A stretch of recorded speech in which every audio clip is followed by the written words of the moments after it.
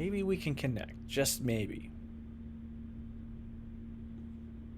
Excellent connection. You just can't see me. All right, that's great.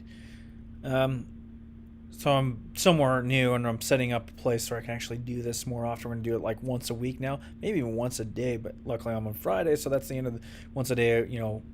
5 times a week. So I'm on Friday, so that's pretty much it. A lot of interesting things have been going on. We got the Fed coming out, and they're going to adjust the way they calculate inflation, which really to me, it's just a little bit of an excuse to be able to run a little hot in their CPI, or however they actually calculate inflation, which is slightly different than CPI or PPI. But if you understand inflation, it's expansion of the money supply. You can actually see that the Fed has blown that bubble way up there, and now how the ramifications of that down to our level are different. The system or the symptoms, just like the flu, or the ramifications of that money are seen in various ways, sloshing around. They're trying to pop that stock market bubble up again. But anyway, that's not necessarily what I want to talk about. We will talk about that. That's big news, and what I'm actually doing in like the small portfolio that I have, which is actually doing pretty well. I'm actually putting in a fairly decent position and some volatility at certain levels. But let's look at some of this Kenosha stuff. Very interesting. I've had the opportunity to review some of the film evidence. Of course, I'll have my own personal opinions and withhold overall judgment, but I guess in my own world, this is the way I see it. I see this as justify that shooting I'm talking about, the one shooting dealing with the 17-year-old who, for whatever reason, he crossed the border, which was not a big deal. He's from a neighboring town. All indications, let's just break it down. It seemed like he was there to protect the businesses. We can get that from some of the videos, the interviews that he actually somebody interviewed him prior to this incident, and he was there protecting the business and or businesses or whatever. I can't even remember what a dealership I think it was. But then he was also there rendering first aid, or letting people know that he was there to render first aid. I don't know if he actually did anything. In some of the videos, you could see another man that supposedly is a pedophile, and there's been some fake news about that. But also there is a record, I believe it's out of Arizona, if you look that up. So if you see a Wisconsin version of him being has some convictions, or he's a registered sex offender, that one has not been really validated. It's hard to actually find that one. But if you look at the Arizona record, I believe that is where he's actually a registered sex offender, where these incidents took place. I could be wrong on that, but I believe the Arizona one's the correct one. And then there's a couple other guys that were killed, that other things. That's regardless. It's whether it's justified or not. Not saying that these three guys, it sounds like they're winners, all right? People you don't want your daughter dating, that's for sure, or your kids around. But regardless of that, we have to look at the situation at hand. And when I see that guy's actions in some of the videos, he's using a word that we're supposedly not supposed to be using, because, especially with regards to the BLM movement, like this guy's hasn't been really lambasted for utilizing the N-word, but he's doing it cavalier and trying to start something with these gentlemen that are protecting these businesses.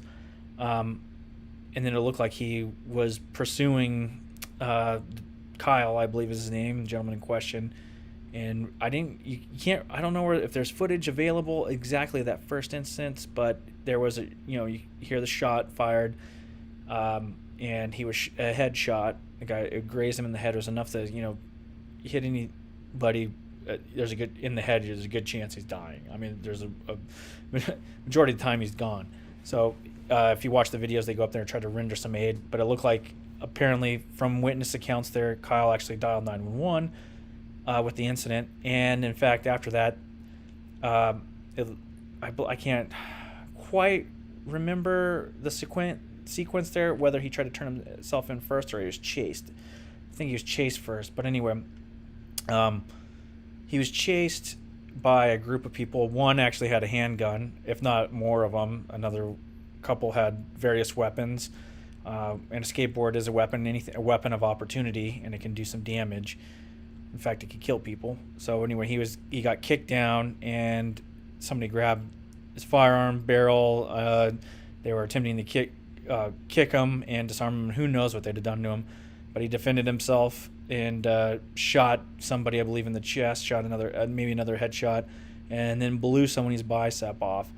And that gentleman, we know for sure he had a pistol. I don't know what kind of pistol, but there's a number of what you don't see on CNN is you blow up that picture of him, kneeling down with his bicep. He actually had a handgun in there, and for some reason, which you can understand in tense moments like that. Sometimes muscles are, tend to contract. So he's still had that handgun in his hand, and we're just lucky. There wasn't more people killed, but in that instance, I'd have probably done the same thing as that Kyle kid. I might have killed more people that were in there just out of the threat, because it looked like there was more of a threat than what was engaged. There's more threats there than what was engaged anyway. And he tried to turn himself in, and the cops, responding to that 911 call, went around him. And I just don't see the jump to judgment on this young man. Yeah, maybe he shouldn't have been there. Maybe his parents have been more involved. But it seems like he was trying to do the right thing. And then when push came to shove, when these exemplary citizens decided to beat sense into him or whatever they were doing, chasing him down, he defended himself. And luckily, he was armed with an AR-15 and whatever 5.56 223, and it did its job. And you can whine about it, you can cry about it all you want, but it happened. All I have to say about that is, one, I hope this guy gets legal representation that he deserves. I don't think he should have got first-degree murder, and I hope he gets off. I hope he sues the hell out of them, especially the media, and because he's gonna be lambasted. His life, regardless, is gone. It's almost like the Covington kid. So, with that being said, though, let's talk about what we're lucky. Because I will tell you this, because there's millions of highly trained individuals that are out there, and I believe I got in a discussion with somebody about this. It's like, well, they're just lucky that it was a 17-year-old kid, because if it was the right person, granted, the right person, the guy that's highly trained, the guy that's not there, he's not in that situation. He's somewhere else. He's eager. He's not going to put himself in a situation like that. But I could see there being somebody there. Say you got family members there and you haven't got them out. So for some reason you're going there to protect your business or your family. For whatever reason, there could be. They're just lucky there's not certain individuals that know how to utilize certain weapons. And because I would be one of them. If I had a group of that first incident for that headshot, I mean, that's a threatening situation. And I don't know if I'd have held myself. I think we'd had an altercation to begin with. And then when you have a firearm, it's hard letting somebody in your personal space. That is pretty precarious as well, because not only that firearm is then almost in play for your counterparty there, or I'd put the enemy or your adversary. So you usually want to keep distance. Once they break that distance, it's pretty threatening. So you need to be able to get them back. And there were situations there where I saw that these guys could have easily grabbed the long rifles anyway, and who knows what had happened. But so we're lucky the situation didn't pop out even more out of control, and hopefully this kid gets justice. Other things going on in the world, it's, for me, the economic thing is just, it's insanity. The Fed, I mean, if you want to go back in all the problems in the world, back to that first node, it's like the domino, and it's debasement of the currency.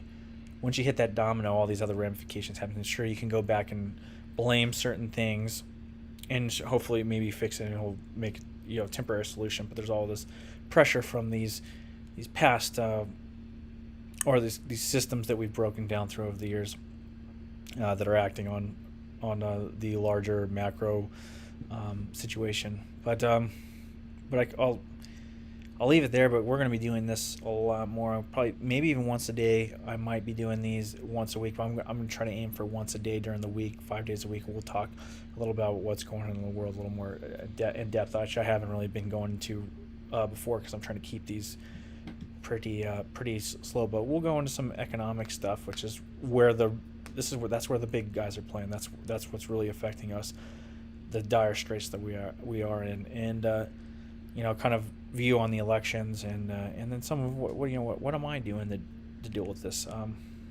Anyway, stay safe out there. Make sure that you better yourself, produce something of value, protect your own currency, and talk to you later.